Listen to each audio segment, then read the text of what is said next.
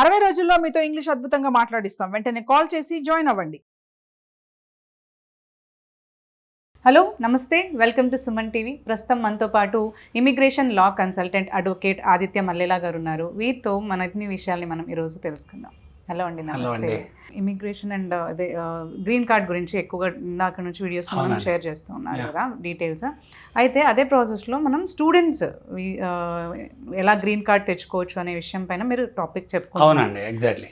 So process అంటే ఇప్పుడు అది అప్లై చేయడానికే మీరు 5 to 7 years పడుతుందని చెప్పారు. సో నెక్స్ట్ అసలు ప్రాసెస్ ఏంటి, ఎలా గ్రీన్ కార్డ్ తెచ్చుకోవచ్చు? సో గ్రీన్ కార్డ్ అసలు నిజంగా చెప్తే అప్లై చేయడానికి కానీ గ్రీన్ కార్డ్ తెచ్చుకోవడానికి అది మనం ఒక 1.5 year to 2 years ప్రాసెస్ అనుకోవచ్చండి. అంతకు మించి పట్టదు మామూలుగా అయితే. బట్ ఇప్పుడైతే కాదు, పాత రోజుల్లో. ఒకప్పుడైతే గ్రీన్ కార్డ్ ఎలా ఉండేది తెలుసా? మీరు ఇక్కడ నుంచి మైగ్రేట్ అవుతున్నారు అనుకోండి, ఎయిర్పోర్ట్లో దిగాక గ్రీన్ కార్డ్ మీకు డైరెక్ట్గా ఇచ్చేవాళ్ళు. అలా ఉండేది ఒకప్పుడు, బాగా ఓల్డెన్ డేస్లో నేను చెప్పేది. అది ఏమైందంటే గ్రీన్ కార్డ్కి ఒక టైం పీరియడ్ ఉంటుంది కదా, ఒక 1 year లేదా 1.5 year 2 years, అది పెరుగుకుంటూ వెళ్ళిపోయింది. ఎందుకు పెరుగుకుంటూ వెళ్ళిపోయిందంటే ల్యాండ్ ఆఫ్ మైగ్రెంట్స్ అంటే ల్యాండ్ ఆఫ్ ఇమిగ్రేషన్ యుఎస్ అని మనం మాట్లాడుకున్నాం. అంటే ప్రతి చోట నుంచి టాలెంట్ ని ఇన్వైట్ చేశారు. వాళ్ళకి అక్కడ పాపులేషన్ లేదు కాబట్టి. ఇప్పుడు ఇండియాలో అంటే మనకు చాలా పాపులేషన్ ఉంది. మనకి ఏంటంటే యుఎస్ లో పాపులేషన్ లేదు కాబట్టి అక్కడ కూడా మూవ్ అయిన వాళ్ళు first movers, like Europeans first movers, second movers ఎవరు? లాటిన్ అమెరికా, అంటే లైక్ ఏంటంటే ఇమీడియట్గా యూఎస్ను ఆనుకున్న కంట్రీస్ లైక్ మెక్సికో వాళ్ళు, లేకపోతే సౌత్ అమెరికన్ కాంటినెంట్ కొలంబియా వాళ్ళు, లేకపోతే ఆఫ్రికన్ కాంటినెంట్ నుంచో ఇలా అందరూ మూవ్ అయ్యి అక్కడ యునైటెడ్ స్టేట్స్ అనేది ఫామ్ అయింది. తర్వాత అలాగే మన ఏషియన్స్ కూడా మూవ్ అయ్యారు. సో డిఫరెంట్ కేటగిరీస్ పరంగా డిఫరెంట్ అవసరాలు బట్టి, అక్కడ నెసెసిటీస్ బట్టి, టాలెంట్ పరంగా అవనండి, వర్క్ కల్చర్ పరంగా అవనండి, వర్క్ నెసెసిటీ పరంగా, వర్కర్స్ పరంగా ఎంకరేజ్ చేయటం అవనండి, ఎంప్లాయ్మెంట్ పరంగా అవనండి ఎంకరేజ్ చేయటం జరిగింది. సో రకరకాలుగా మూవ్ అయ్యారు కదా. మూవ్ అయినప్పుడు ఏమైంది, మన వాళ్ళు ప్రోయాక్టివ్గా ఉంటారు కాబట్టి డెఫినెట్గా అందులో మనకి ఇండియన్స్ ఎక్కువ మైగ్రేట్ అవుతున్నారు. ఇండియన్స్ తెలుగు వాళ్ళు ఎక్కువ మైగ్రేట్ అవుతున్నారు. మన వాళ్ళు ఎక్కడైనా ఉంటారు, ఆల్ ఓవర్ ద వరల్డ్, అన్ని కంట్రీస్లో అన్ని ప్లేసెస్లో ఉంటారు. అదే మన వాళ్ళు గొప్పతనం. సో మన వాళ్ళు అక్కడికి మైగ్రేట్ అవుతున్న ఎక్కువ, మన పాపులేషన్ బేస్డ్ కదా. ఇప్పుడు చైనా అయినా అంతే. సో ఎక్కువ మంది మైగ్రేట్ అయితే over a period of years ఏమైంది, ఎక్యుములేషన్ జరిగింది. ఎందుకంటే కోటా ఉంటుంది కదా, గ్రీన్ కార్డ్స్కి ఇంత కోటానే ఇవ్వాలి అలా ఉంటుంది కాబట్టి ఎక్కువ మంది మైగ్రేట్ అయ్యేసరికి ఏమైంది, అక్కడ ఎక్యుములేషన్ జరిగింది. సో ఎక్యుములేషన్ ఎలా జరుపుకుంటూ వచ్చింది, 2011, 12, 13, 14 నుంచి ఇప్పటికి ఇంకా వెయిటింగ్ లిస్ట్ ఉంది. అప్పుడు అప్లై చేసిన వాళ్ళకి కూడా గ్రీన్ కార్డ్స్ ఇంకా రావాలి. సో అది క్లియర్ అవ్వాలి అంటే ఎన్నేళ్ళు పట్టిద్ది ఏంటి అని ఎవరు చెప్పలేరు. అలానే ఒక గవర్నమెంట్ ఏదైనా పాలసీ చేంజ్తో వచ్చి దాన్ని క్లియర్ చేస్తుందా అంటే చెప్పలేము. సో అలాగే గ్రీన్ కార్డ్ అప్లై చేసినప్పుడు ఏమైంది, అప్పుడు అప్లై చేసిన వాళ్ళకి సో ఏమైంది అంటే వాళ్ళతో పాటు వాళ్ళ ఫ్యామిలీ మెంబర్స్ కూడా ఇంక్లూడ్ అవుతారు కదా. ఒక గ్రీన్ కార్డ్ దగ్గర 3 or 4 గ్రీన్ కార్డ్స్ రావాల్సిన సిచ్యువేషన్ ఉంటుంది కదా. సో దానివల్ల ఏమైంది, గ్రీన్ కార్డ్ ఒక టైం 2 years కాస్త 5 years అయింది, 5 years కాస్త 7 years, 7, 10 అయింది, 10, 15 అయింది, 15, 20 years అయింది. ఇప్పుడు 100 years పైన అవుతుంది ఇప్పుడు గ్రీన్ కార్డ్ అప్లై చేస్తే రావడానికి. అంటే వెయిటింగ్ లిస్ట్లో పడిపోయింది గ్రీన్ కార్డ్. సో మనం చెప్పుకున్నాం గ్రీన్ కార్డులో చాలా కేటగిరీస్ ఉన్నాయి. ప్రతి కేటగిరీకి అక్కడ ఉన్న సిచ్యువేషన్ బట్టి, అక్కడ మైగ్రేషన్ బట్టి, అలాట్మెంట్ బట్టి, కోటా బట్టి దానికి టైం లైన్స్, వెయిటింగ్ లిస్టు, లేకపోతే కరెంట్ స్టేటస్ అని ఉంటుంది. అలా ఉంటుంది అనమాట కేటగిరీస్ చేసి. బట్ గ్రీన్ కార్డ్ రావటం అనేది మాత్రం ఇప్పుడున్న సిచ్యువేషన్లో పెద్ద ఛాలెంజ్గా మారిపోయింది. స్టూడెంట్స్ వెళ్ళే వాళ్ళు ఎవరైతే ఉన్నారో స్టూడెంట్స్ డెఫినెట్గా యుఎస్ ఎంకరేజ్ చేయాల్సిందే.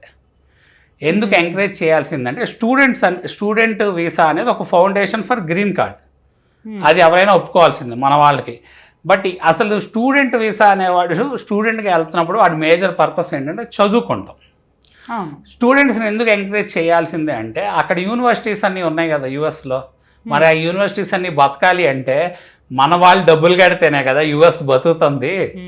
టూరిస్ట్ వీసా తీసుకోండి, మనం వెళ్ళి అక్కడ డబ్బులు ఖర్చు పెడితేనే కదా అలాగే ఎకానమీ జనరేట్ అవుతుంది. ఎందుకు వద్దంటారు, డాక్యుమెంటేషన్ సరిగ్గా లేకపోతే రిజెక్ట్ చేస్తారు. స్టూడెంట్స్ అయినా అంతే, డాక్యుమెంటేషన్ సరిగ్గా లేకపోతే రిజెక్ట్ చేస్తారు, లేకపోతే ఫేక్ డాక్యుమెంటేషన్ పెడితే రిజెక్ట్ చేస్తారు, లేకపోతే ఆ వీసా ఒక క్యారెక్టరిస్టిక్స్ కాకుండా మీరు ఇల్లీగల్ థింగ్స్ చేస్తే మిమ్మల్ని డిపోర్ట్ చేస్తారు.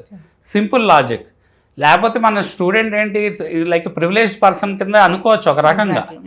ఎందుకు అనుకోవచ్చు అంటే మనం అంత డబ్బులు కడుతున్నాం కాబట్టి. అఫ్ కోర్స్ మనం మెరిట్ బేస్ చేసుకొని కొన్ని యూనివర్సిటీస్లో మనం కనుక నీట్గా యూనివర్సిటీస్ చూసుకొని వెళ్తే స్కాలర్షిప్స్, అలానే ఫీ వేరియర్స్, కొన్నిసార్లు టీచింగ్ అసిస్టెంట్షిప్స్, రీసెర్చ్ అసిస్టెంట్షిప్, ఇలాంటివన్నీ వస్తాయి మనకి. ఆన్ క్యాంపస్ మనకి 20 hours వరకు జాబ్ చేసుకోవచ్చు వ్యాలిడ్గా స్టూడెంట్ వీసా మీద. ఆఫ్ క్యాంపస్ అయితే చేయకూడదు, ఇల్లీగల్. ఆన్ క్యాంపస్ చేసుకుంటా లీగల్గా నీ యొక్క స్టూడెంట్ వీసా ఏం చెప్తుందో దాని పరంగా నువ్వు అక్కడ బతుకుతుంటే ఎవ్వడు నేను కదలపలేడు. ఇప్పుడు మనకి ట్రంప్ వచ్చాడు, మనం ఏదో ప్యానిక్ అయిపోవాలి, లేకపోతే ఇక్కడ ఉన్న పేరెంట్స్ మా వాడి పరిస్థితి ఏంటి అని ప్యానిక్ అయిపోతున్నారు అంటే మనకి ఏంటంటే అక్కడ ఉన్న సిచ్యువేషన్స్ ఎన్ఫోర్స్మెంట్ పరంగా చాలా స్ట్రిక్ట్గా జరుగుతుంది. ఎవరైతే ఇల్లీగల్ ఆస్పెక్ట్స్ చేస్తున్నారో ఇప్పటి వరకు కొంచెం చూసి చూడనట్టు ఉన్నారు, ఇప్పుడు స్ట్రిక్ట్గా చూస్తున్నారు.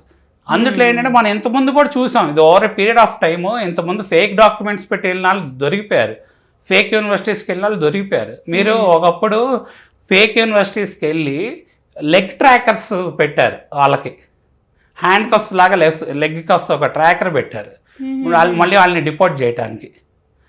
అంటే వాళ్ళకి స్టింగ్ ఆపరేషన్స్ నడిపారు over a period of time.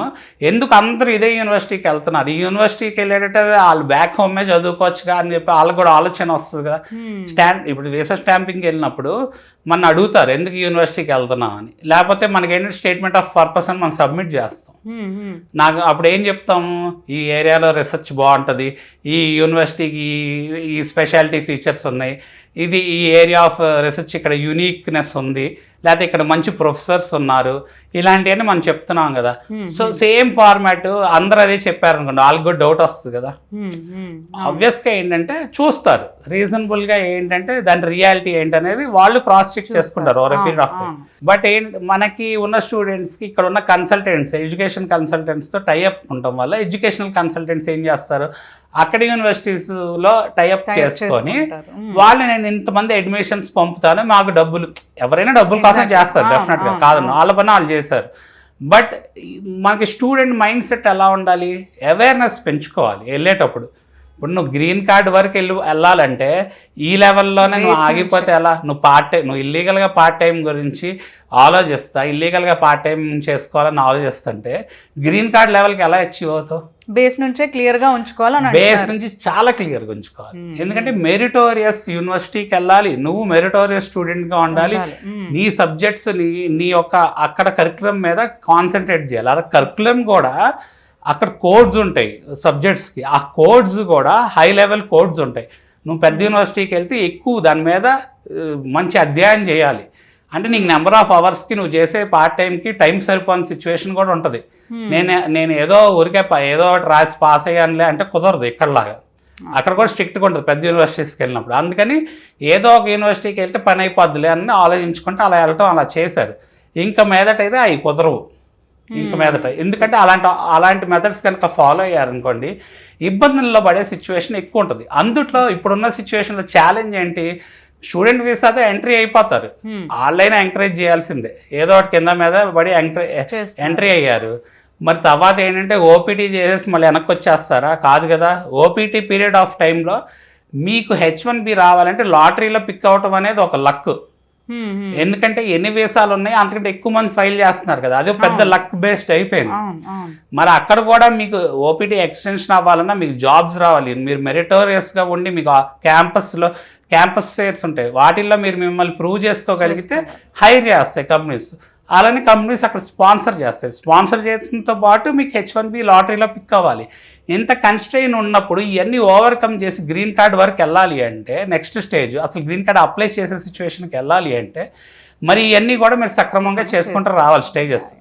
Green card రావటం కూడా వాళ్ళకి పెద్ద ఛాలెంజ్ అయిపోయింది. ఎందుకంటే due to all this accumulation ఫాస్ట్గా గ్రీన్ కార్డ్ రావడానికి మాత్రం కొన్ని మెథడ్స్ ఉన్నాయి. ఆ మెథడ్స్ని ఏంటంటే మీకు అదర్ మెథడ్స్ ఏమీ లేకపోతే ఆ మెథడ్స్ని మీరు ఎలా ఆప్ట్ చేసుకోవచ్చు అనేది మీరు ఇక్కడ ఐడెంటిఫై చేసుకుంటాం కూడా చాలా ఇంపార్టెంట్. సో ఇప్పుడు ట్రంప్ వచ్చినాక ఇవన్నీ ఫిల్టర్ చేస్తున్నారు అంటున్నారు కదా, దాని పార్ట్గానేనా మనకి ఇప్పుడు స్టూడెంట్స్ అందరినీ కూడా వెనక్కి పంపించేయడం జరిగింది? రూల్స్ అనేవి ఎప్పుడు ఇలానే ఉన్నాయండి. సో ట్రంప్ వచ్చాక కొన్ని రూల్స్ అండ్ రెగ్యులేషన్స్ ఎన్ఫోర్స్మెంట్ పరంగా తీసుకొచ్చాడు. అలానే ఇంకేదైనా తీసుకొస్తాడు ఏమో అని చెప్పి కూడా భయపడుతున్నారు. అయితే ట్రంప్ అంతకుముందు కూడా పవర్లోకి వచ్చాడు. సో అలానే అంతకుముందు పవర్లోకి వచ్చినా ఇప్పుడు పవర్లోకి వచ్చినా ఏం తీసుకొస్తున్నాడు, ఏం తీసుకురాబోతున్నాడు, లేదా ఏం తీసుకొచ్చాడు, అవి ఎలా ఎఫెక్ట్ అవుతాయని కూడా మనం ఫర్దర్ వీడియోస్లో గ్రీన్ కార్డుకి కూడా ఎలా ఎఫెక్ట్ అవుతుందని మాట్లాడదాం. Sure, okay, thank you so much. Thank you అండి.